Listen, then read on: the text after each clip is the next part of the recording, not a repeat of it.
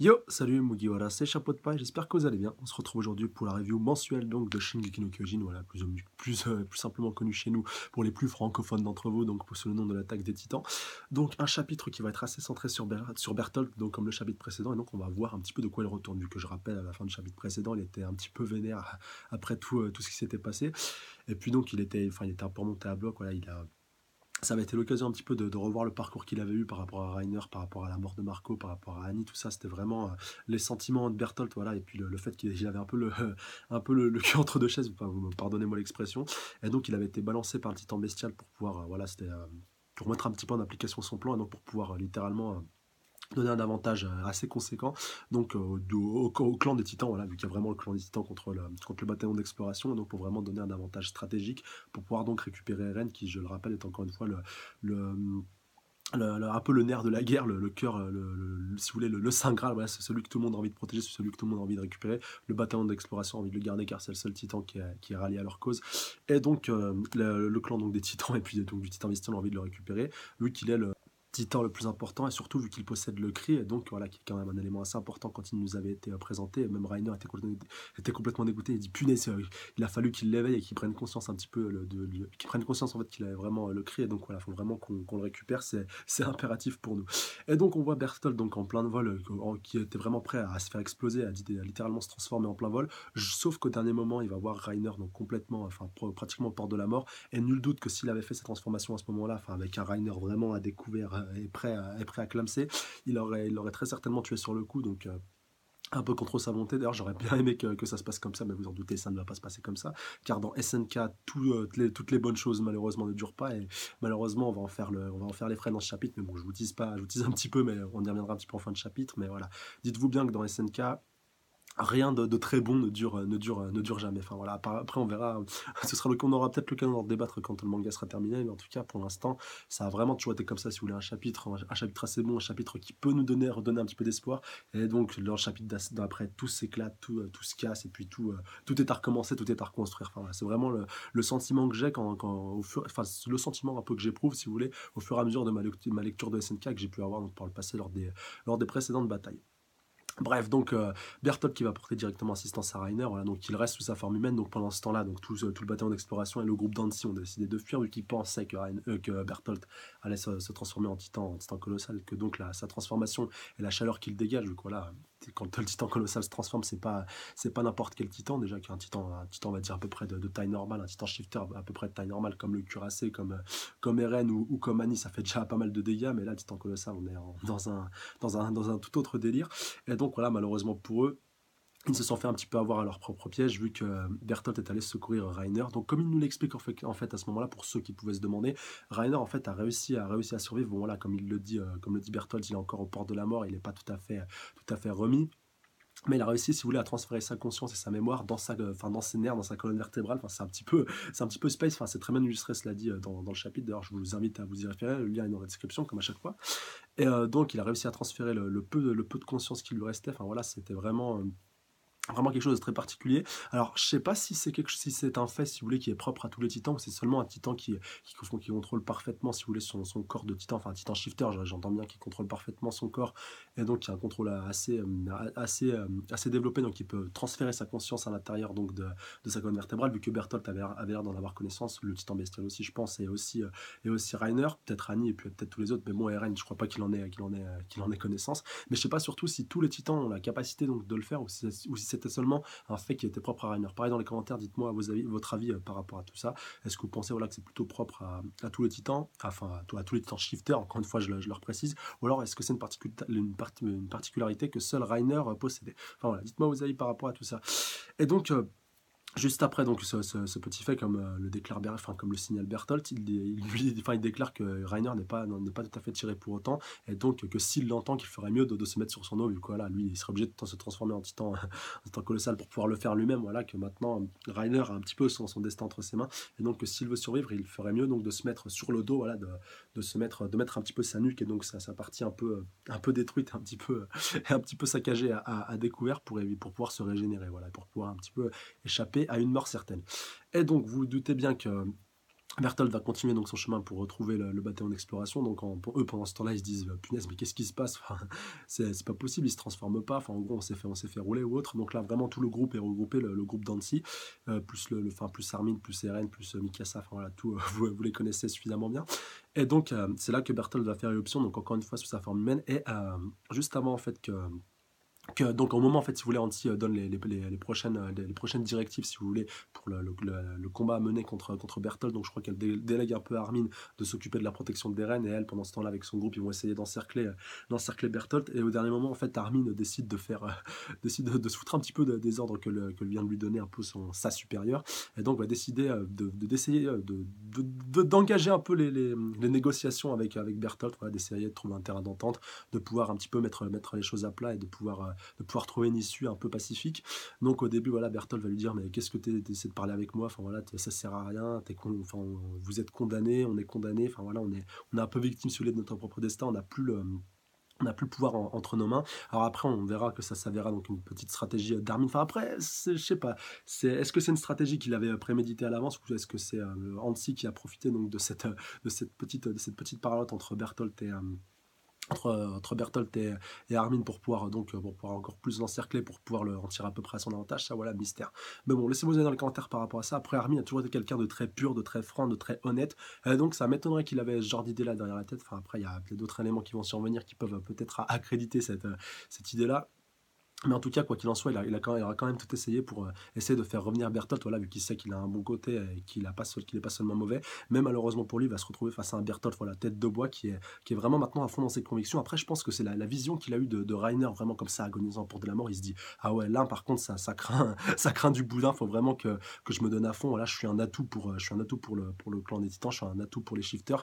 Je me dois de protéger mon ami, je me dois, voilà, de me servir de ma force et donc d'être vraiment droit dans mes convictions, de ne pas douter, de vraiment toujours être à fond. Enfin, vraiment, dans ce chapitre-là, il ne va pas du tout vaciller à un seul moment. Il sera vraiment toujours sur la même ligne de conduite. Et là, par rapport à ce que je disais donc, dans la revue du chapitre précédent, il avait vraiment le cul entre deux chaises, comme je l'ai redit au début de cette vidéo. Et là, il est vraiment affirmé dans une seule direction claire, nette et précise.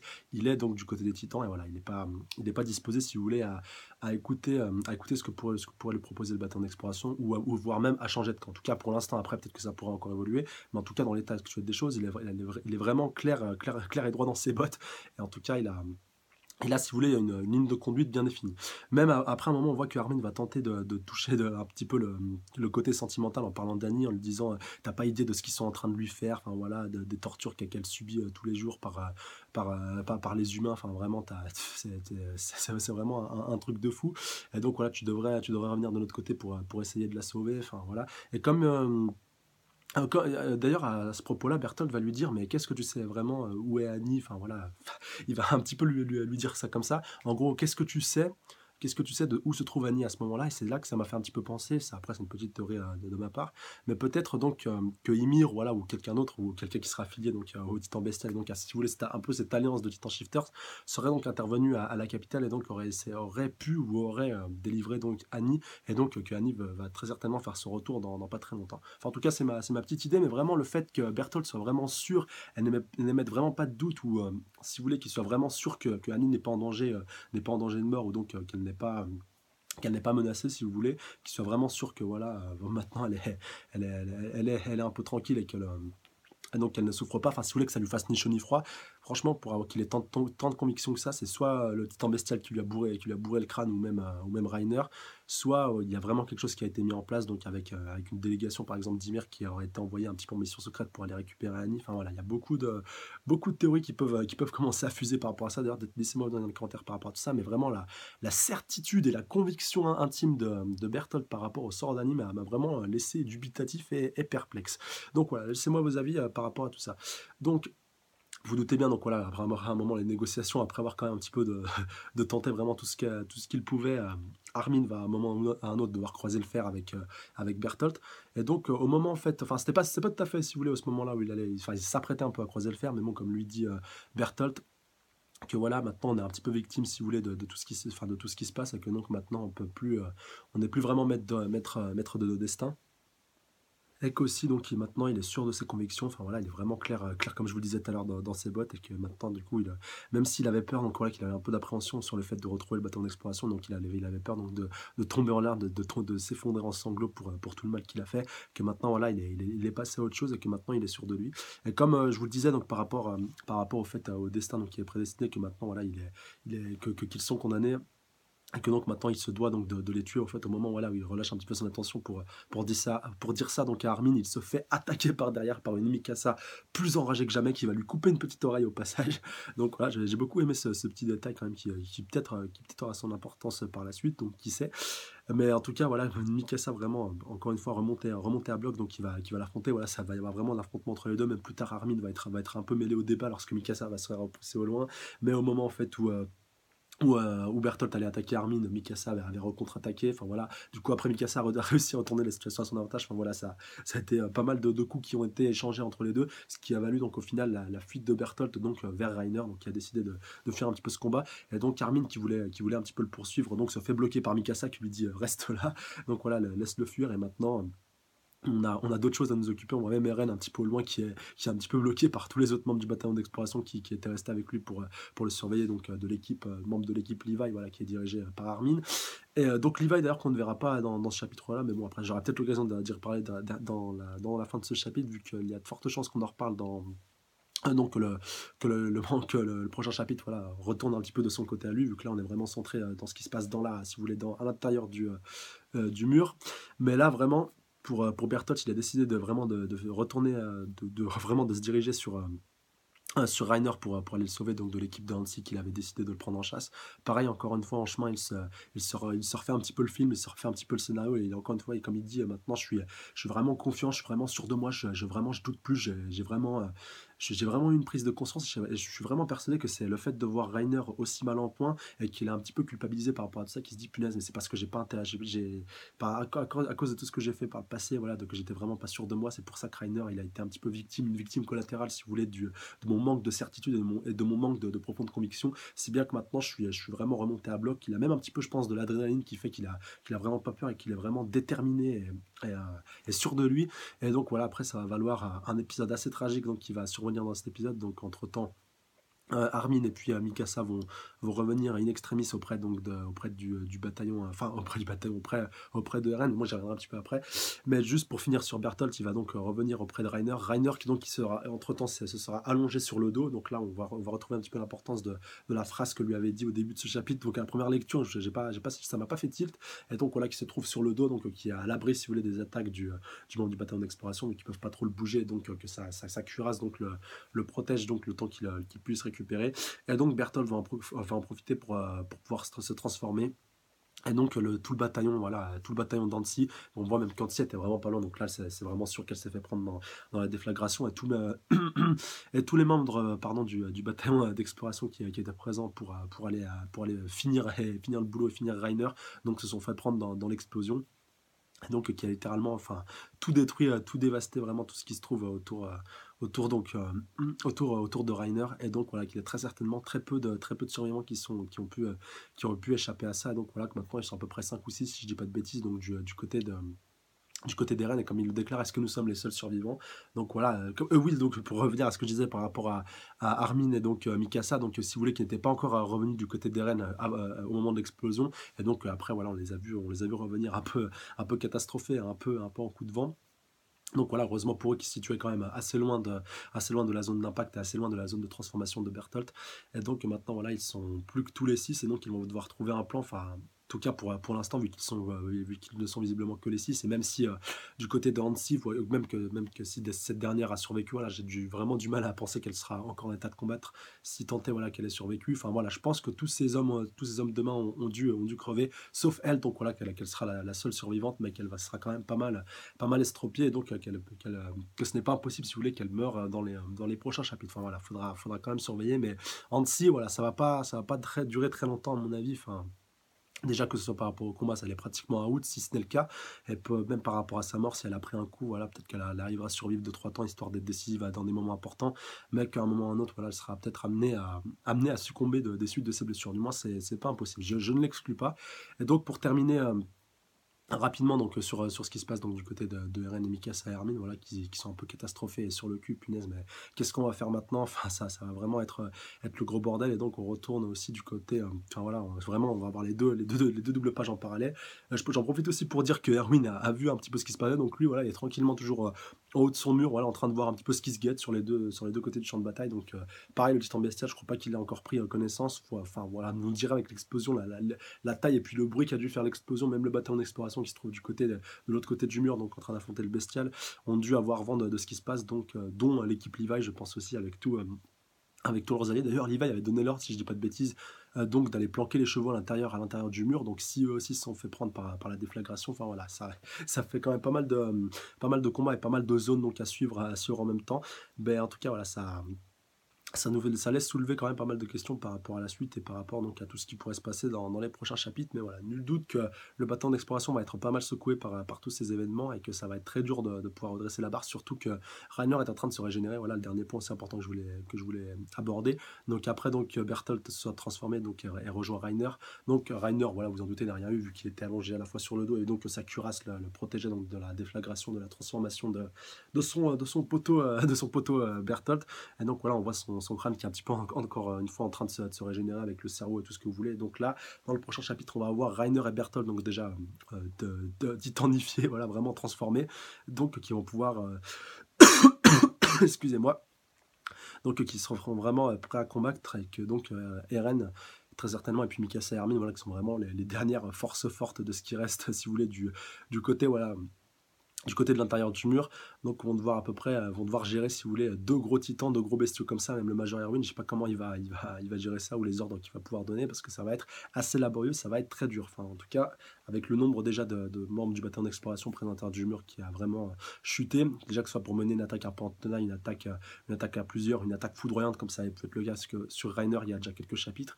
Là, ça va vraiment prendre une autre tournure complètement différente. Après, il reste une dernière possibilité, je pense, pour Eren, c'est donc qu'il essaie de se rapprocher donc de la sortie du mur et donc de Levi et du bestial pour essayer donc de servir donc de son cri pour pouvoir rappeler donc les titans à sa botte et à sa solde. Après, je sais pas jusqu'à où peut porter son cri pour voir si par exemple il commence à gueuler à l'intérieur du mur, donc pour pouvoir rameuter les titans, s'il pourrait l'entendre à cette distance-là. Bon voilà, après la distance n'est pas énorme, mais je pense que ça pourrait quand même influencer et avoir son rôle pour pouvoir influencer ce combat et donc pour pouvoir retourner la situation davantage. Après, il faudra voir encore une fois. Et donc, un dernier point aussi que je voulais soulever. Donc là, on rentre un petit peu dans ma petite théorie, si vous voulez, du chapitre.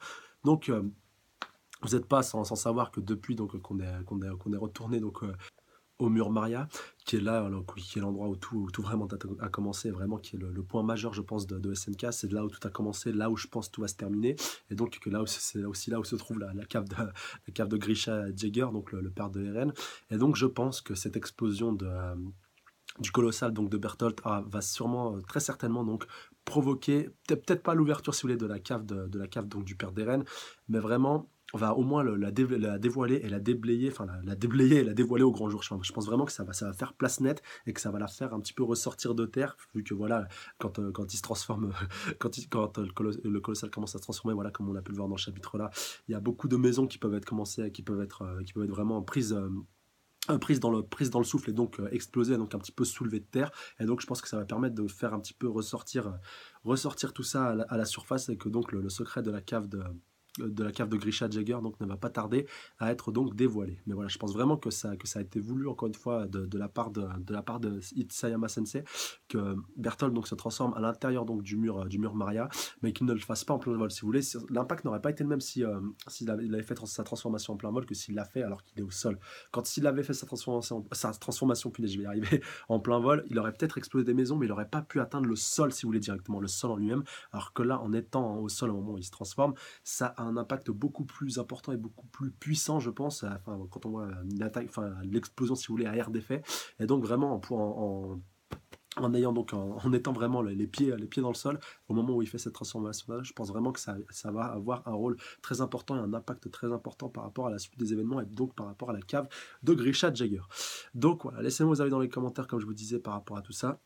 si vous pensez que c'est crédible, voilà, que c'est une théorie qui pourrait, qui pourrait s'avérer vraie dans les prochains chapitres, voilà, après on aura la réponse, je pense, assez rapidement, sauf s'ils ne s'en rendent pas compte, si vous voulez, directement. Après, vous me direz peut-être que voilà, vu qu'il fait plus de 50 mètres de haut avec, sous sa forme de titan colossal, enfin oui, je crois que j'ai plus tout à fait les chiffres en tête. En tout cas, on sait qu'il est très balèze, peut-être qu'il va pas s'en apercevoir, mais peut-être que lui, Reiner, s'en apercevra, ou même si Eren se rend sur place, voilà, qui reconnaît un petit peu le quartier, qui dit punaise, t'as détruit mon quartier et tout, peut-être que lui-même aussi s'en rendra compte, mais bon, affaire à suivre. Et donc, dites-moi vous avez dans les commentaires, et si vous pensez donc que c'est bien le cas, si vous suivez à peu près ma théorie, est-ce que vous pensez que la cave donc a résisté, donc elle est encore sous scellée, ou est-ce que donc qu'elle a été un petit peu ouverte, si vous voulez, ou comment la porte elle a été pétée, parce qu'il se trouve à l'intérieur, mais qu'au moins la cave a été déblayée. Voilà, laissez-moi vos avis, enfin, a été déblayée, révélée. Voilà, laissez-moi vos avis dans les commentaires par rapport à tout ça, comme d'habitude. Et donc, n'hésitez pas à mettre un petit pouce bleu, commenter, partager, surtout à vous abonner à la chaîne pour plus de reviews. Laissez-moi vos avis dans les commentaires, hyper important. Sur ce, je vous laisse. Au mois prochain. Prenez soin de vous. Salut à tous. Sayonara.